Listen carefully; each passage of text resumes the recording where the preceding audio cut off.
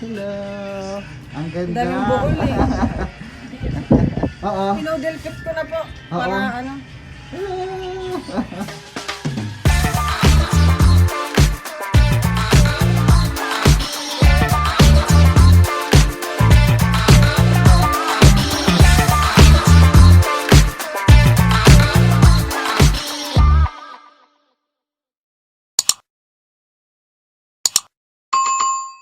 Alis na tayo. Hi everyone! Welcome back to pasok my na dito. channel! Dito. So simula nung nagkaroon ng community quarantine, hindi na kami nakapunta sa pet grooming salon.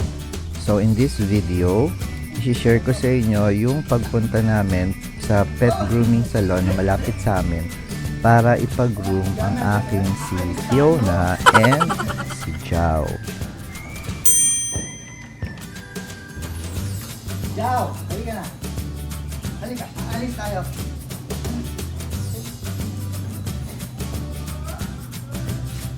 Pasok.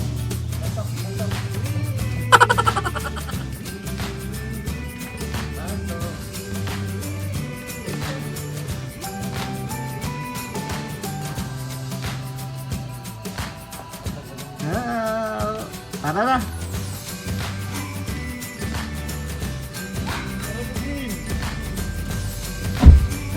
Alis tayo.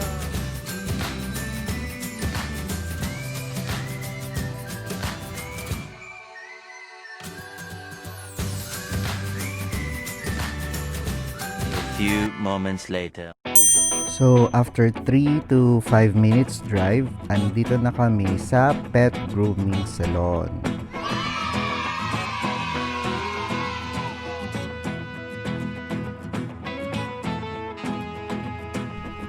So, what happened is dinrap lang namin sila dun sa pet grooming salon kasi sa ngayon, bawal silang bantayan or hintayin kasi limited lang yung pwedeng pumasok sa pet grooming salon. So yun, iniwan lang namin sila doon and then binalikan na lang namin sila after 3 hours.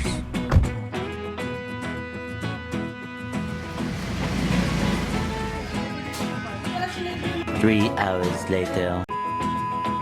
Hello. Ang ganda. Daming buhol eh. Sa paa niya, Oo. pinodel-kit ko na po.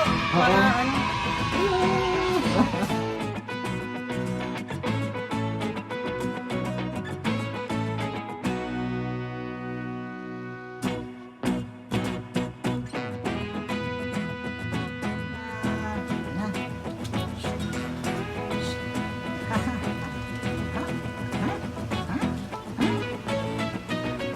Jao. Fiona.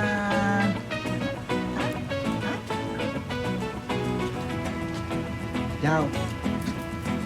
Fiona.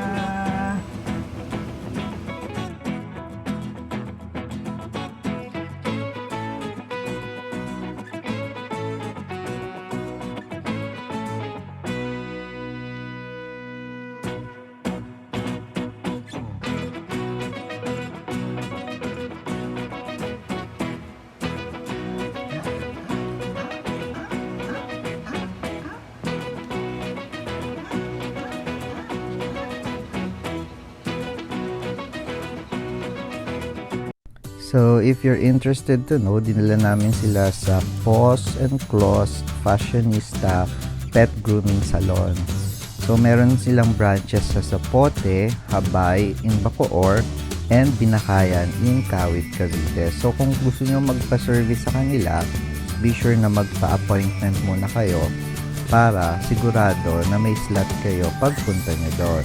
Also, they offer home services. It's available upon request. If you enjoyed this video, please give it a thumbs up and please share it to your friends. Also, please don't forget to subscribe and to click the bell para updated kayo sa mga susunod ko pang videos. Thank you and happy weekend!